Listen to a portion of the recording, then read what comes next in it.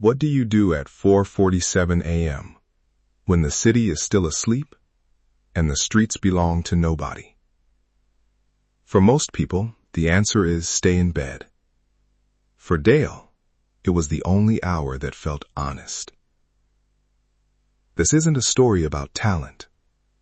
It's a story about what happens when a man the world keeps overlooking decides to stop waiting for permission to matter. Dale grew up in a mid-sized city where the bus routes never changed and neither did the expectations.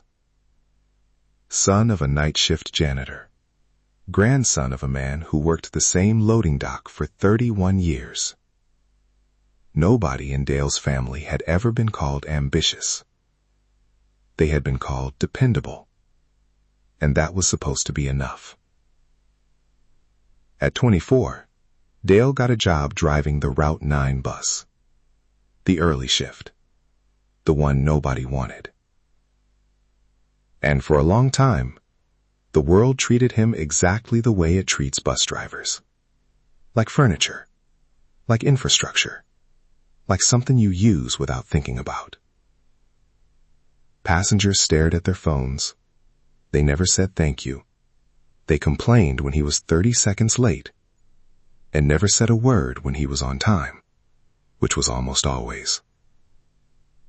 For 6 years, Dale drove that route in silence and watched people go to jobs they described as important and come home looking like they'd been emptied out.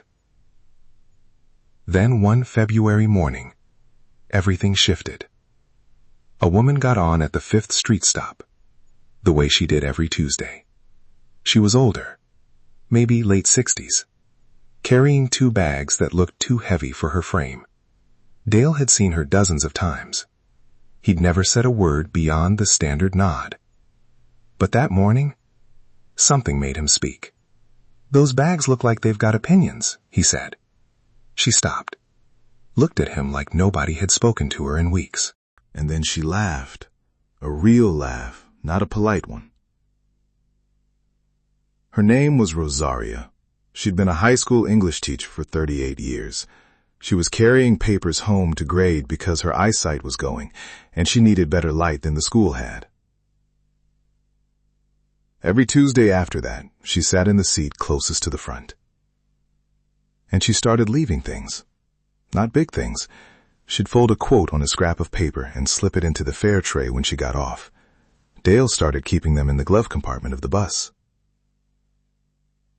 You cannot discover new oceans unless you have the courage to lose sight of the shore. The man who moves a mountain begins by carrying away small stones. Don't wait for the world to recognize your greatness. Live it and let the world catch up. Dale wasn't sure at first if she was doing it on purpose. Then one morning she looked at him before she stepped off and said, "You're not a bus driver, Dale. You're someone who hasn't decided what he is yet." He thought about that sentence for 3 weeks. If this kind of story is waking something up in you, subscribe right now. Every week we bring you stories of real people who refuse to be defined by their circumstances and the wisdom that moved them forward. Dale started using the 4 a.m. hour differently, not to sleep, to read. He got a library card for the first time in his adult life. He started with books on leadership, then psychology, then communication.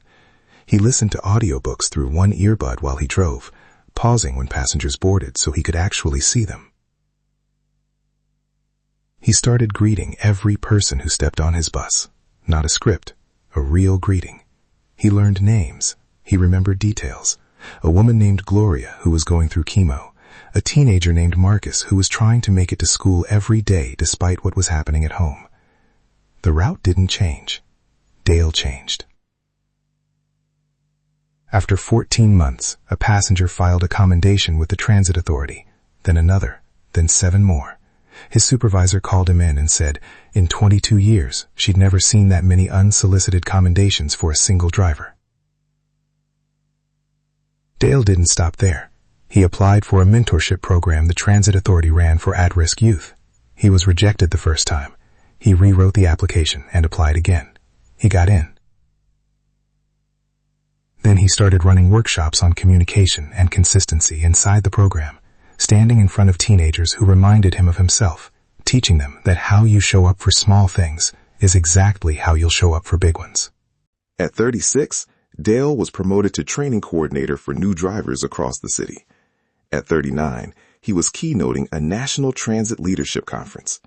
Rosaria came to that conference. She was smaller than he remembered. She sat in the third row and cried without trying to hide it. After his talk, he asked her if she knew, all those years ago, what she was doing with those little scraps of paper. She smiled and said, "I knew exactly. I just didn't know if you'd pick them up." The discipline was never about the bus. The bus was just where it started. Here is what Dale proved. The size of your stage has nothing to do with the size of your impact. You can spend a lifetime waiting to be placed somewhere worthy of your potential, or you can make the place you're already standing worthy of who you're becoming. He didn't get a better route. He didn't get a lucky break. He got one woman who slipped wisdom into a fair tray and trusted him to do something with it. So here's your challenge. Look at where you already are, not where you're going, not where you wish you were, where you are right now, and ask yourself one question. Am I showing up there like someone who intends to matter? Do that every day for 21 days and come back and tell me what changed. If Dale's story landed on you, you already know this is the channel you need to be on. Subscribe now and never miss a story that could change the way you see yourself and the life you're already living. Like this video if Dale reminded you that the place you're standing right now is the exact right place to begin. Start today.